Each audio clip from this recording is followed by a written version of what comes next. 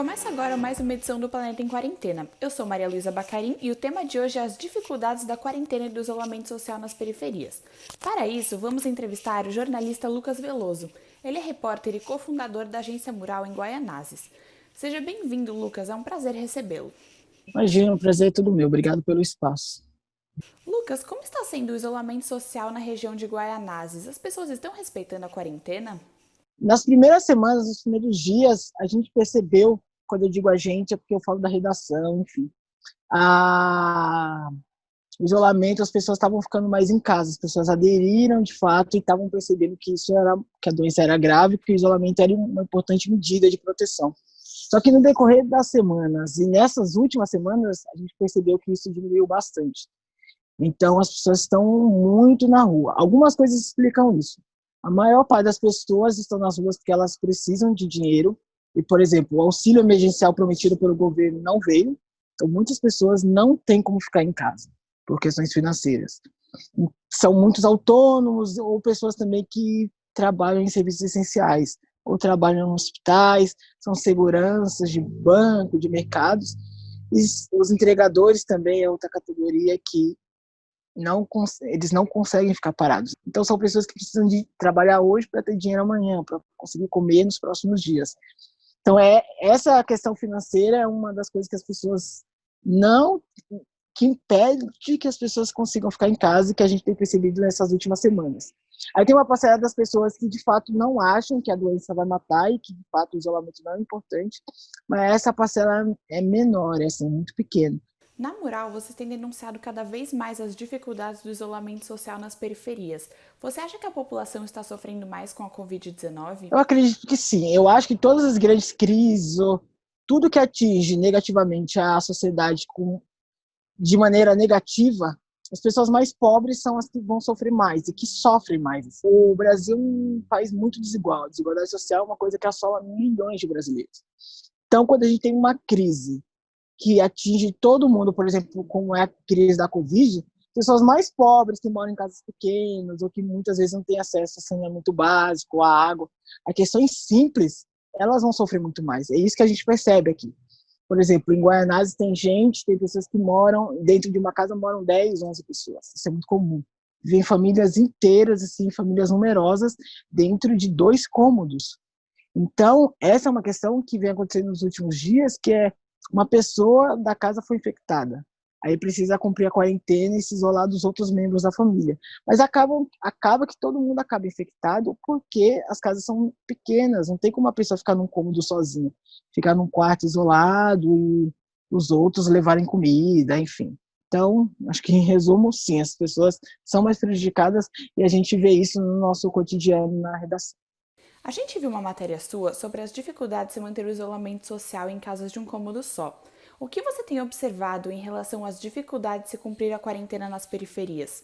Eu acho que tem essa questão das casas que são pequenas, tem a questão da falta de renda, então as pessoas, muitas não têm condições, milhares não têm condições de comprar, por exemplo, álcool em gel, ou, por exemplo, de comprar uma máscara. Essa questão da renda está muito atrelada à questão da alimentação.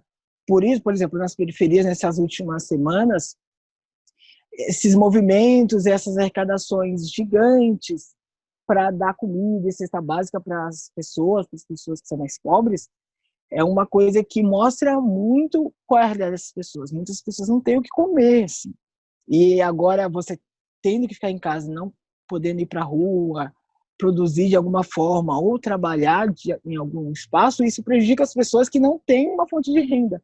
Ainda mais quando esse auxílio do governo não veio. Tem a questão acho que a internet é uma coisa que assola também a gente, a banda larga, por exemplo, a internet chega com uma velocidade muito menor aqui no meu dia a dia mesmo.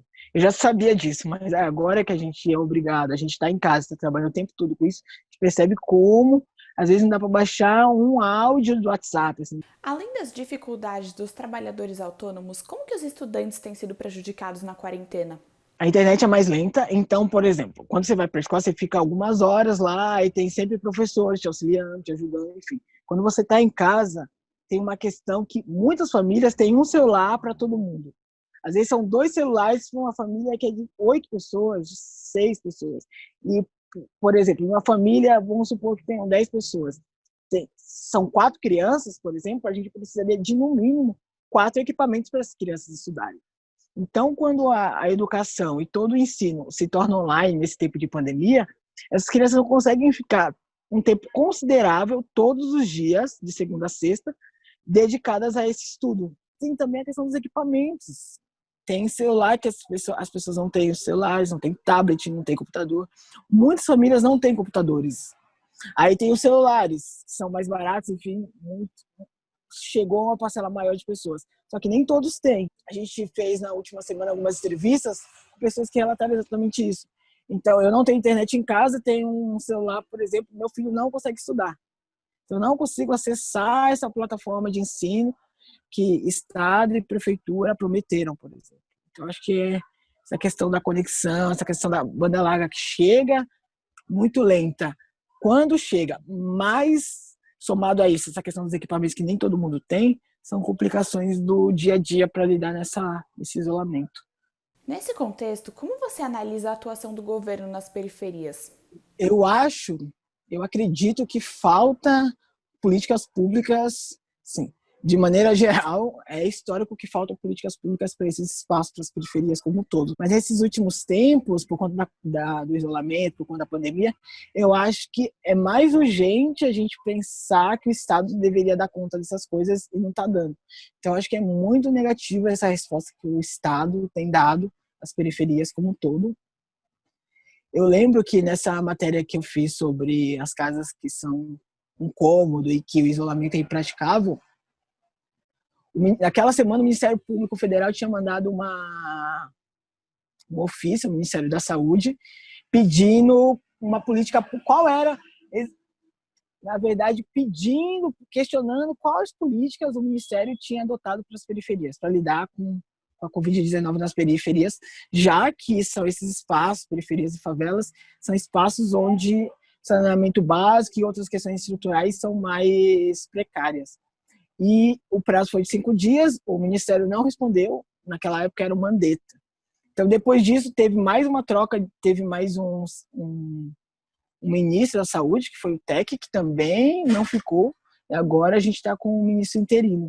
Então, só para dizer que, com essas mudanças, um plano que talvez tenha sido pensado pelo primeiro-ministro, pelo ministro que pegou essa crise, que foi o Mandetta, pode ter sido deixado de lado. E não foi dado continuidade. Então, o Ministério Público Federal não teve essa resposta e mais do que o Ministério Público, as pessoas das periferias não têm uma resposta na prática. Obrigada mais uma vez, Lucas, por ter aceitado o nosso convite para participar do programa. Imagina, obrigado a você. Esse foi mais um Planeta em Quarentena. Não deixe de conferir as próximas edições no portal de jornalismo da ESPM São Paulo e de nos acompanhar nas redes sociais.